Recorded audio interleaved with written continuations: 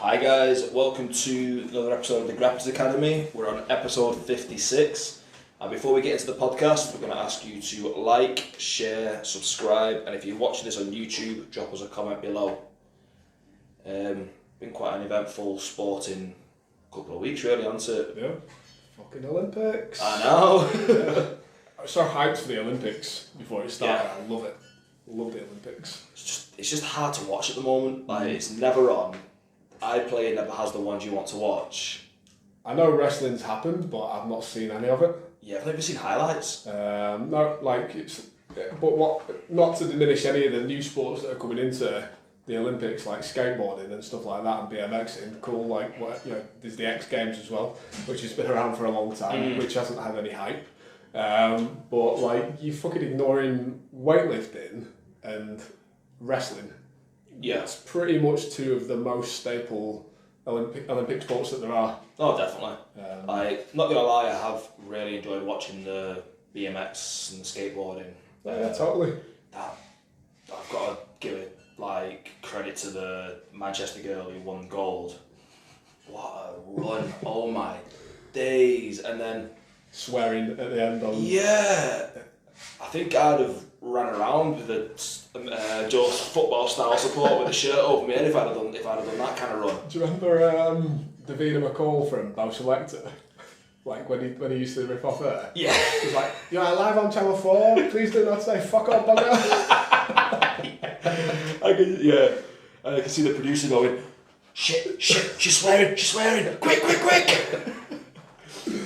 But other than that, the weightlifting coverage and the wrestling and even the judo coverage. They've had some judo, haven't they? Yeah. To be fair, I mean, I think I get what they're doing with it because they're trying to focus on where they can, what British athletes are competing in on the BBC, and these not.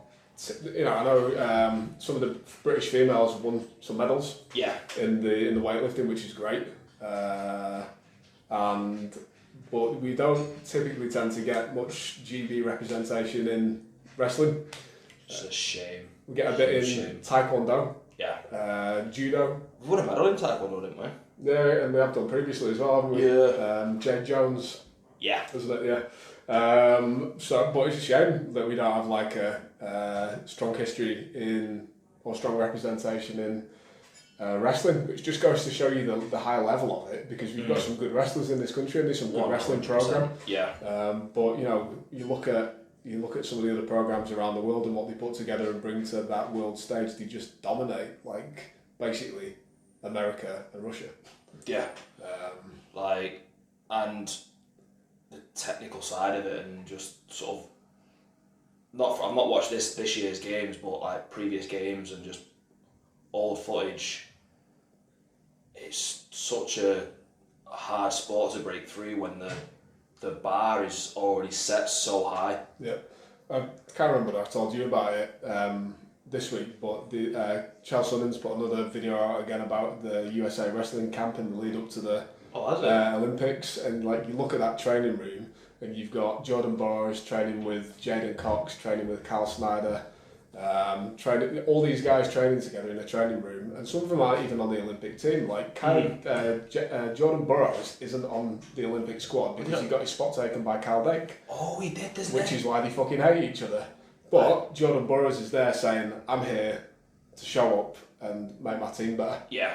And you look at the level of that and the effort and the teamwork to put in to get USA gold medals, which is ultimately like the purpose of what they're trying to get on that is get Team USA more gold medals. We talk about like lack of funding or opportunity in sports and whatever to kind of break through and get into the sport, but when you look at the level of funding that goes into wrestling in America, the history of it, the support for it nationally, like it is probably, aside from the top big sports like NFL and NBA, it's up there because it's in every college. Yeah. And it's well known and well represented.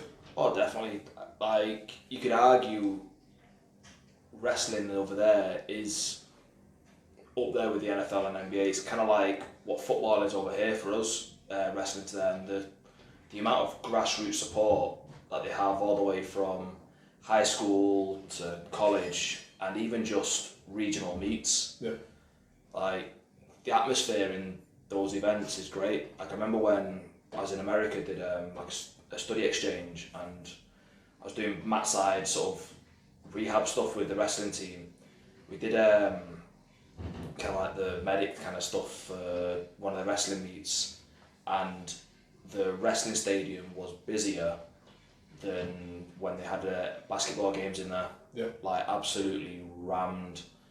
It was electric, the noise, and I kind of spent more time getting caught watching the matches than actually doing what I was supposed to be doing. I mean, they fill it out all the time, don't they? Like, Yeah. fill out the bleachers. There's probably between 5,000 and 10,000 people there watching on just like an average competition weekend. And then you look at some of the big stuff where they've got like Penn State versus Ohio or something like that. Yeah. And it's just fucking packed out. I'm pretty sure that's how Flow Wrestling, like the sister company for Flow Grappling, makes all of its money off wrestling subscriptions. 100%.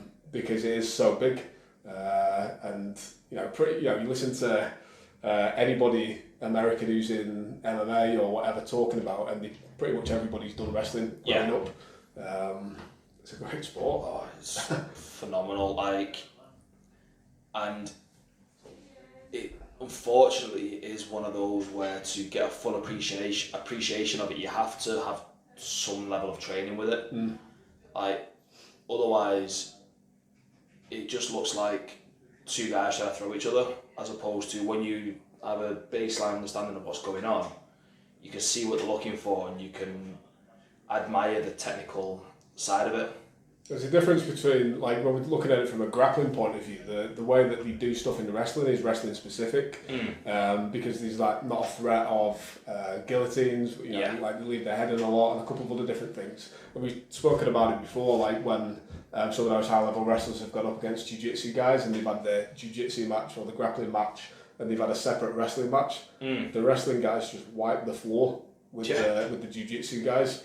And I think we spoke about it the other week or last week, like, if these wrestling guys can get a bit of a fundamental understanding of when not to put their head when they're doing these takedowns, they'll fucking wreck people. Yeah. Like, they could come into ADCC with a basic understanding of how to avoid the leg attacks and how to keep the neck safe and just wreck people on points. It was what Rustin Chiziev. Yeah. Like, it was just, that was his style. Go in there, just looking like an absolute bear and just maul everyone. Just winning on takedown points. Yeah, it was beautiful to watch. I think if we have kids, two sports that, or three sports that I'd want to get them into early: wrestling or jiu-jitsu,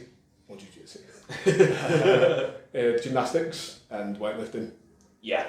That's like the trifecta, isn't it? Definitely, I've got to agree with that. Like, gymnastics, I can take or leave. Like, I love watching it, but probably more so from, like, probably good diversion onto one of the subjects with Simone Biles. Like, some of the stories coming out from her history within gymnastics, and I think there's quite a few more stories from there where it's sort of like the mental health aspect of it and even the levels of abuse within gymnastics as a sport. For me, it's kind of like, I love it, but I'll be watching the coach very, very closely. I think unfortunately there's like, outside of gymnastics, you hear about a lot of that sort of stuff in a lot of different sports. Yeah. Swimming. Yeah. Is another one that you hear a lot about, like coaches taking advantage of people, and they're in close proximity with these younger athletes and they spend a lot of time together, and like, really sad and unfortunate that these situations are allowed to happen, but like there's been a lot of documented stuff, and I'm sure even more stuff that people haven't spoken about that's come out. But like we're talking about, Simone Biles is a hot topic at the moment with the mental health aspect side of things. I can't think of a sport that has much more mental pressure than the pressure that the wrestlers are put under. No. And it's interesting the way that you don't hear about or see much of those guys dropping out for similar reasons, or whether is it there or is it in the background?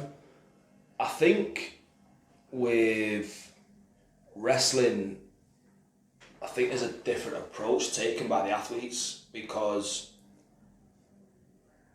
it attracts a type of person who wants, like, they're kind of fueled by the discomfort and they embrace it, take it in, and will challenge it head on.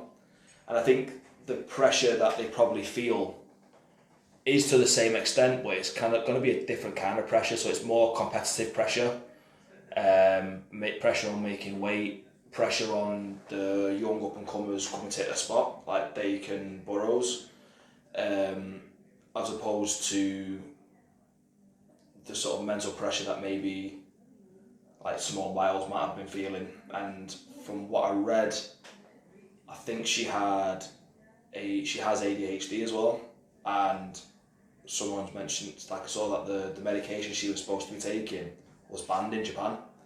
So I think that played a factor into her story as well.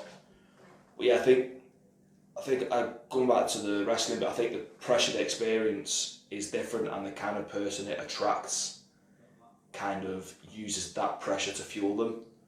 Whereas in gymnastics, not saying they're not hard workers, but it's a different mindset in combat sports. Gymnastics are probably as hard workers. Yeah. I don't know whether you could say they're more hard working because I've never done it. I don't know what doing gymnastics from being a kid is like.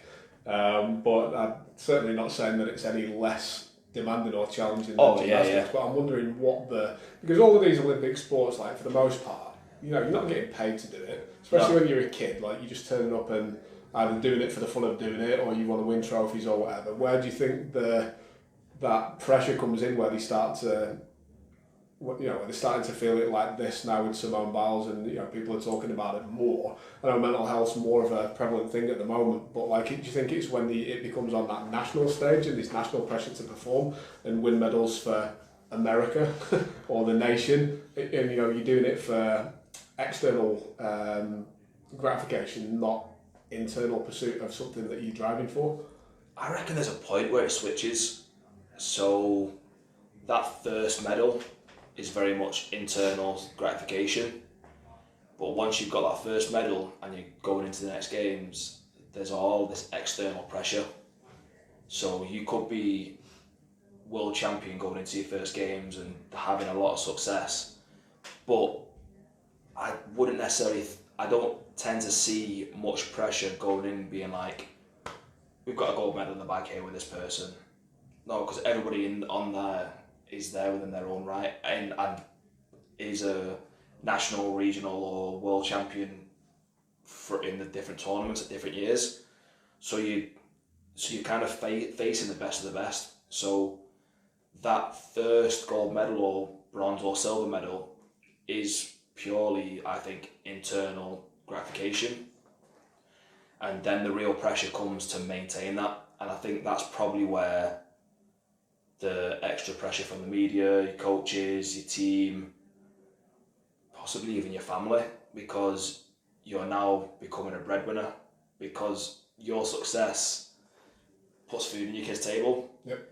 So I do think there's a switching point where it does change from the internal doing it for yourself to shit, I've got all these people relying on me now. And I think that's where the pressure mounts up from there. Yeah, I can agree with that. But I think you sent me a video where they were talking about, we look at these Olympic athletes and you see them for the 30 seconds that they're on the stage and then we dispose of them for 4 years. Like, but as an athlete that the general public does not give a fuck about what you're doing unless you're on TV and they're watching it. They really don't care. Like, they can shut you out of their mind for 4 years. Use that to your advantage. Don't think like, the pride of the nation here, all this sort of thing, which great you are, it's amazing, but that's not the reason why you go into the sport, and that's not the reason why you do it. Yeah. And why do you even care about all these people that think that you owe them something? You owe me a gold medal because you were the Olympic champion last year, and I watched you 4 years ago, so you owe me another gold medal. You owe the country another gold medal. It's like, it's for you. Yeah. You're the one who's going to go down in the history books. These people sat at home making these judgments on you, whether you underperformed and you got a silver when last time you got a gold medal, are sat there on the couch, 10 kilos overweight, doing fuck all with their life, and you're the one who's grinding every day, putting it into hard work.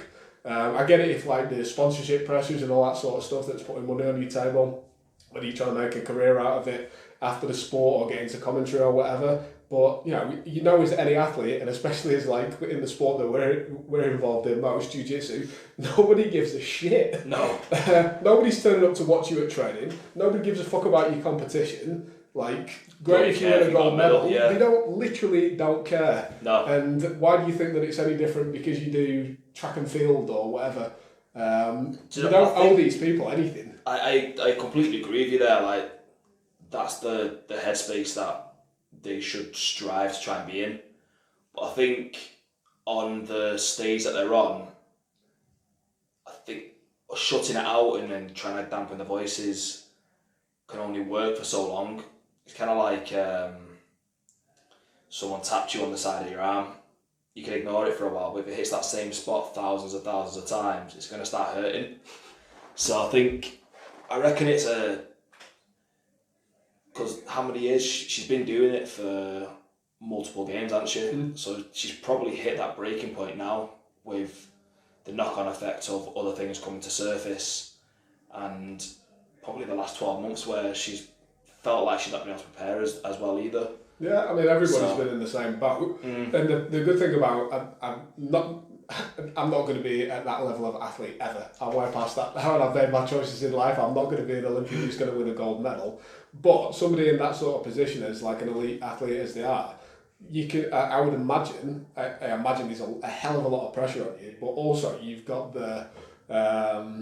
you've got enough of a standard in the sport to be like, fuck you, I'm focusing on what I'm doing.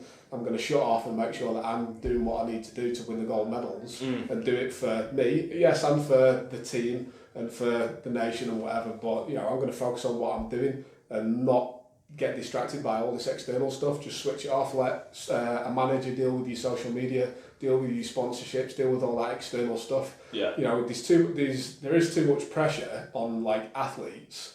And like politicians is a good example of this as well, to be perfect for the media appearances. Yeah. It's like when people get mad at MMA fighters for swearing or doing something wild inside a fight camp or whatever. You're an MMA fighter. You're willing to go in there and get punched and elbowed and kneed in the head, and you're expecting them to then come on camera and be polite, politician perfect. Yeah. It's like, get your fucking expectations right. Yeah. Jesus Christ. Like most MMA fighters that I know, they're in there they're there because they enjoy it. They're not there for the limelight. Yeah. So why should they be media trained?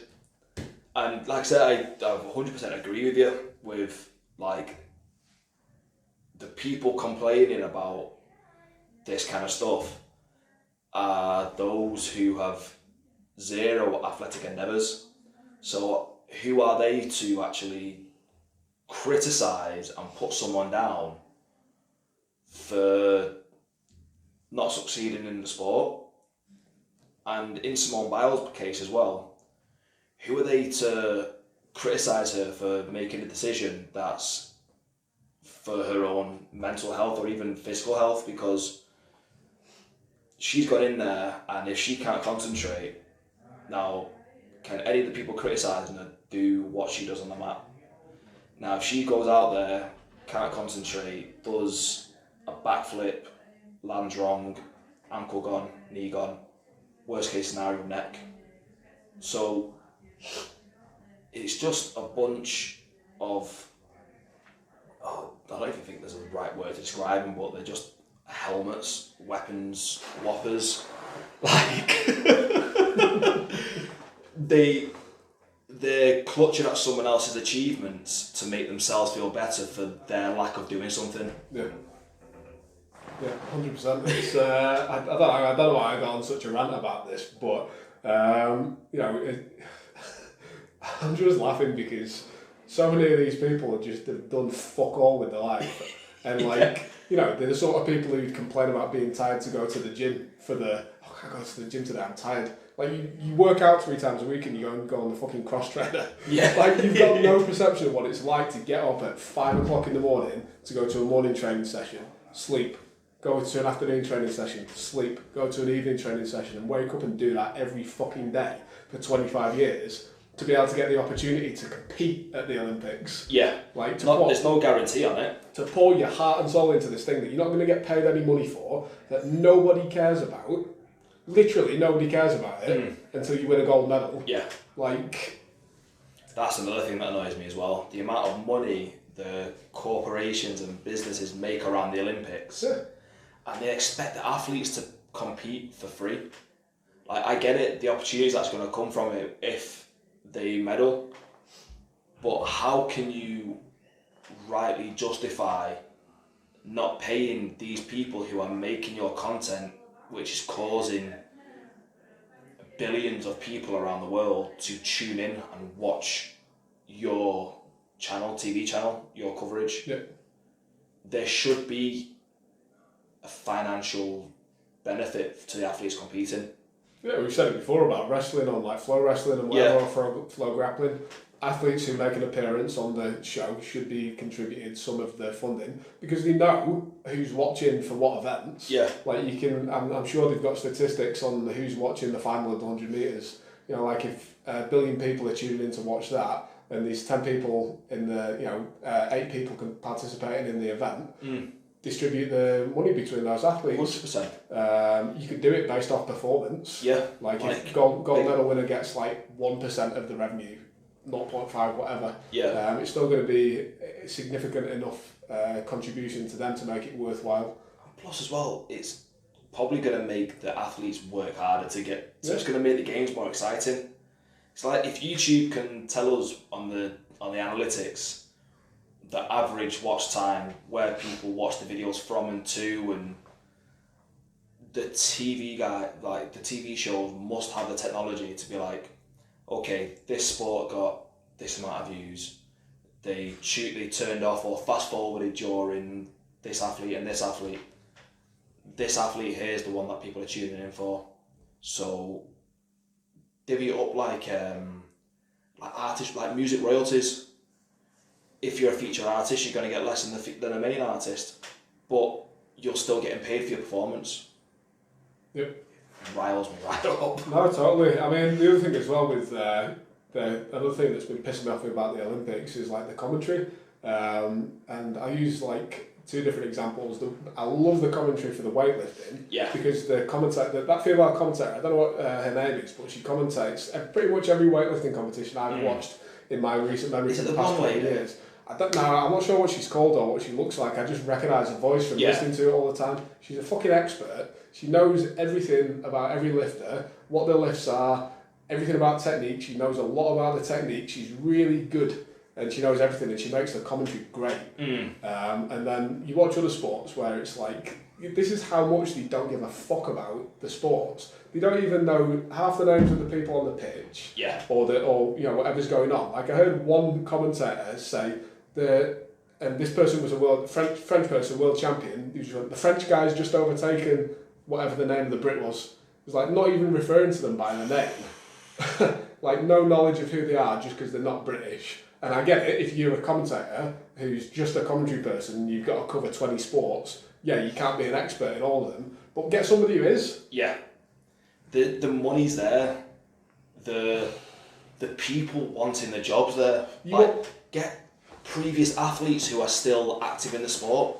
They might not be able to compete in the Olympics, but they're surely going to give you much better coverage and a technical breakdown on what's going on. Well, I say you're putting it on TV, you want people to get excited and invested in the sport, and you're saying, the French guy's just overtaken. It's like... That's the reason why I think at the moment the UFC commentary is great. You've got an MMA reporter, ex-fighter, and usually there's another ex-fighter there. That is a perfect combination. The reporter knows the ins and outs of the fighter's history. The fighter knows the technical aspects of it and can break it down for the audience. That's all you need. Like, I'm sure, like, say it's for cycling, get a cycling journalist and an ex-GB gold medalist. That combination there, they're both going to be excited, so they're going to bring energy to the coverage, and they're both going to be able to talk about the technical aspect of why this person's not overtaken yet and things like that. We're going to be able to provide behind the scenes insight as well into like, you know, what they're doing in the training camps building up to this, like background stuff on the teams, the athletes that you're just not going to get from somebody external. It's like I'm going to show how sad I am now. I watch disc golf, which is like frisbee golf. Oh, nice. And you know, on the face value of it, it's pretty boring. It's actually not. It's a really interesting sport, more exciting than actual golf. If you've not watched it, go and watch some disc golf. It's fucking, it's amazing what some people can do with these frisbees. But the commentary team are current competitive disc golfers who do the commentary, and they know the game inside out. They know why athletes are throwing the shots the way that they're throwing them. They know the disc selection because the discs do different things. They know pretty much everybody out of the 150 people that are competing over the course of a weekend. They know their backgrounds, have known them for years, and it makes the commentary so much more exciting because they know the sport inside out. If you just got some random guy, Stephen A. Smith, the guy who knows everything about MMA and dick punching, to come on and commentate on disc golf because he's a ESPN legend, and he doesn't know jack shit about the sport, I'm not tuning in to listen to that. No, just watch it on mute. Yeah, pretty much. So I think commentary makes a big difference. Massive, yeah. But also from an MMA perspective, like commentary can be quite swaying sometimes in terms of the way that you view the match.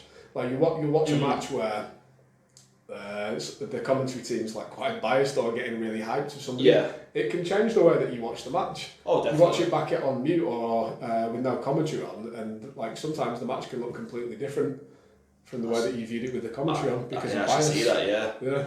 It's quite interesting that. Fortunately, the judges can't hear the commentary though. Fortunately, the judges can't hear the commentary.